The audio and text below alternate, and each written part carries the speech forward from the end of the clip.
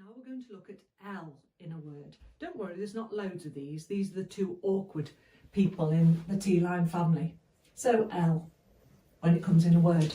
Now, so far we've met two forms of L. We've met the loopy L, loopy Lenny, and we've met the bracketed L, curvy Lucy. So there's two members of the T-line family. Now we're going to meet the third member of the T-line family. Still an L in part of the L family, but it's going to be the upward L. Now you never write upward L on its own. It's always as part of a word.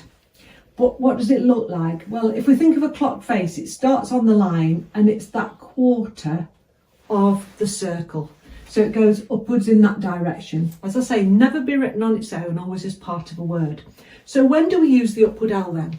Well, we use it for a word like gull, because gull starts with a tail letter or a letter that comes through the line. So if we're already starting through the line and then we're adding the L, it's dodging it on the next line when we come to write. So it makes the shorthand easier to read and easier to write if we can keep it closer to the line of writing, and the L would go in an upwards direction. Now, if you forget and you do it like that, it's not going to be the end of the world, but you will get used to this upward L after a tail letter. So let's imagine that that word was gulp, G-U-L-P. Now let's have a look to see what the effect would be if we got the L downwards. G, followed by the downward L, followed by the P. Oh dear, we're taking up 3 lines. Doesn't look good at all. So now that's a clearer indication of why we need that upward L after a tail letter.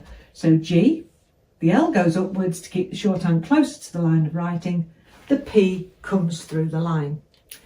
So let's think of another tail letter then where the L would go upwards. Let's take the word pull. So the P, and then that's gone through the line, so the L would go upwards, pull. Now last week I told you about T's and D's being disjoined after an R. If you remember, the R until now has been the only upstroke. R was unique, it was the only one that was written in an upwards direction, but now we've got 2 strokes that are written in an upwards direction. So the same thing applies as it did to the R when it comes to T's and D's. Do you remember I said that we make a difference with write and read? That D doesn't go on the line because it's part of the word, so putting it low makes it still part of the word, but there's a difference between the T, which is on the T line and like an umbrella, and D, which is written halfway through. So we've got write and read. So now we have P, L, and if I wanted to add a T to make it say the word polite, then the T would be disjoined like an umbrella. What would happen if I forgot that disjoined T? Wouldn't be the end of the world, but my outline would look like this, P, L, and then T. When you're writing at 100 words a minute in an exam, you might just think that's an extra long L. So you need to have that T disjoined because it does 2 things. It tells you that there's another letter there, and it also tells you what that letter is. Because, of course, if I'd done the letter low, like so, halfway down, it wouldn't say PLT, it would say PLD. So that would say pulled, for example.